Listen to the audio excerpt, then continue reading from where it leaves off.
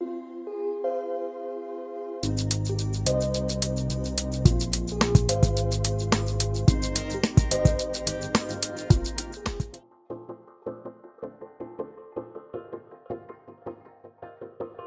name is Bernard Lin. I graduated Hack Reactor in December 2016, and I currently work as a software engineer at Consumer Reports.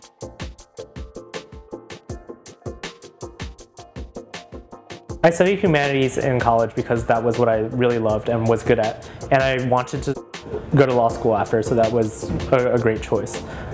It was during one of my internships when all the lawyers in the office told me not to go to law school that I started looking for different alternatives. And at the same time, I had friends who worked at tech companies who had a great work-life balance, really loved what they did, and so I started looking in that direction.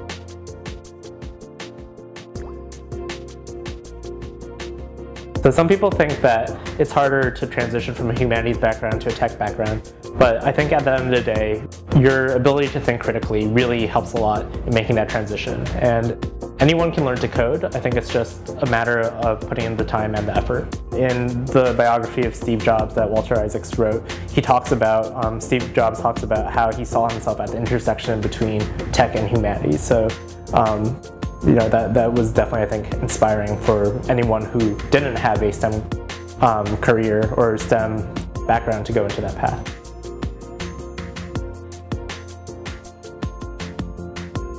So I started with Code Academy, which was great for getting into the basics of JavaScript. But for a career transition, I found that it wasn't going to be enough. And I also found that there were certain things missing from my mental model that I needed to be able to get a job.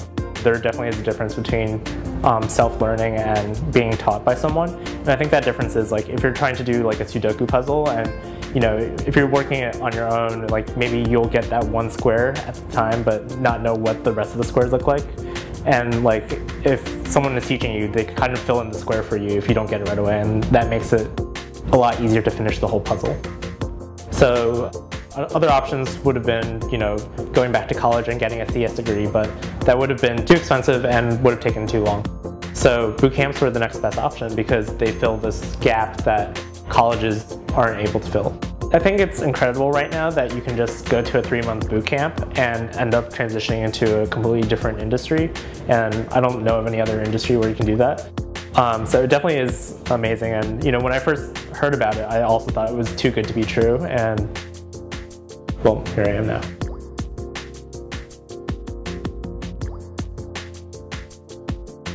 So I knew that I definitely wanted to stay in New York. Course Report was really helpful. I actually was on Course Report for like a good solid many days, like just going through every single review of every single bootcamp that I was actually considering. I was definitely looking for a full stack JavaScript course, and that really narrowed it down to full stack and Hack Reactor.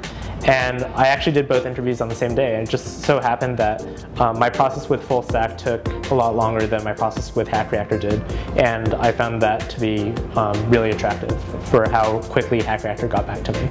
So that's the one I went with. So it did take me 3 tries to get into Hack Reactor, and on the 3rd try, like, I felt ready to go on, but it definitely still took a little bit of practice.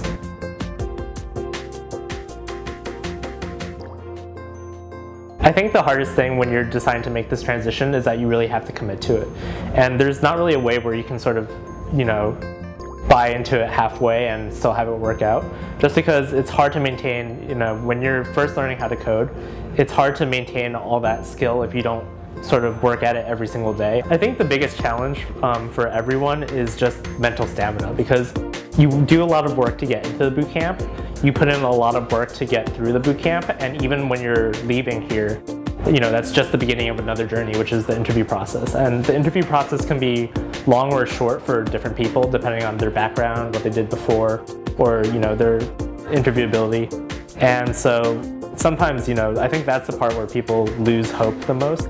But it's also that part which is the most critical to remember, that if you keep pushing on, you'll get where you need to go.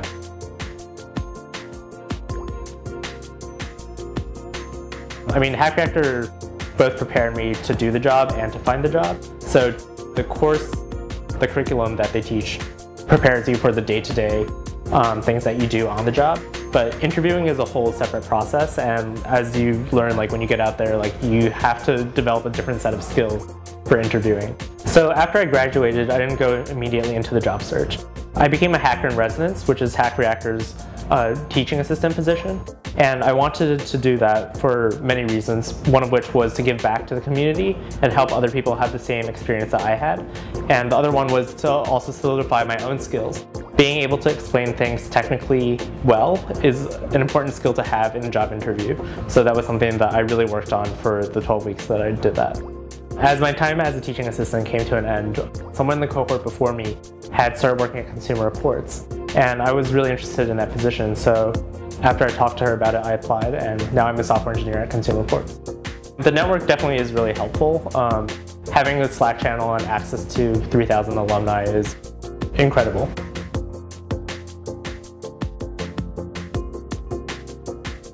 My training at Hack Reactor definitely helped me a lot for the job I have now. In terms of front-end frameworks, React is something that I learned here. React is something that we use at Consumer Reports heavily.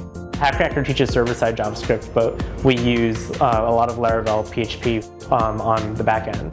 Even though I didn't know Laravel when I was entering the job, they were pretty confident in my ability to pick that up as I went along. Language doesn't matter so much as your understanding of the concept, so they saw that I understood the basic concepts of server-side frameworks, and that was enough for them to hire me. It always goes back to the same general rule where, like, if you're good at one language and you're good at the concepts that you use that language for, it won't be that hard to move those concepts to a different language.